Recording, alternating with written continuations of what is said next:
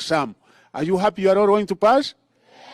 Your Excellency, we also have the last cohort of Kcpe, having done it for the last 38 years, Your Excellency, since 1985. This is the last one.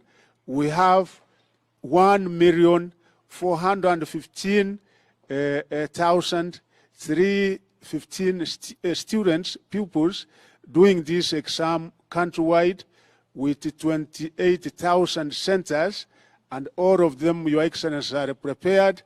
As a ministry, we thank your government because we have a multi-agency team which is monitoring this exam countrywide, and we assure you, Your Excellency, that all is moving on well.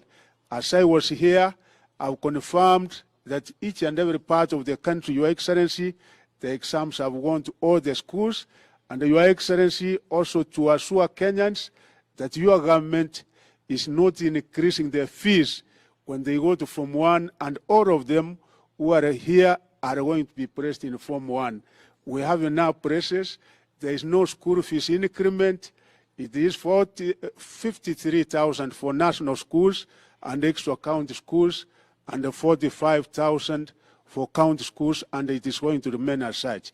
Your Excellency, we have His Excellency the Governor of Kiambu County here with us. We have the member, come forward so that you salute.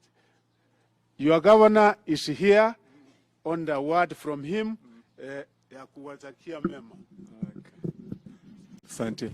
Asante, Your Excellency the President, our candidates, good morning. Good morning, sir. Good morning again. Good morning, sir. Are you ready for the exams? Yes. You've read enough? Yes? You are prepared?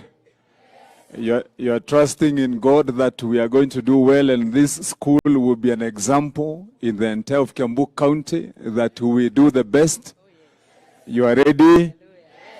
And now that His Excellency the President has come personally to ensure that he wishes you well, we promise that we are also going to do the best to ensure that also the President will come back again to also commission the next class. Have all the best. We wish you well. God bless you. And we know you are going to do the best and you'll make Kiambu shine. Sindio?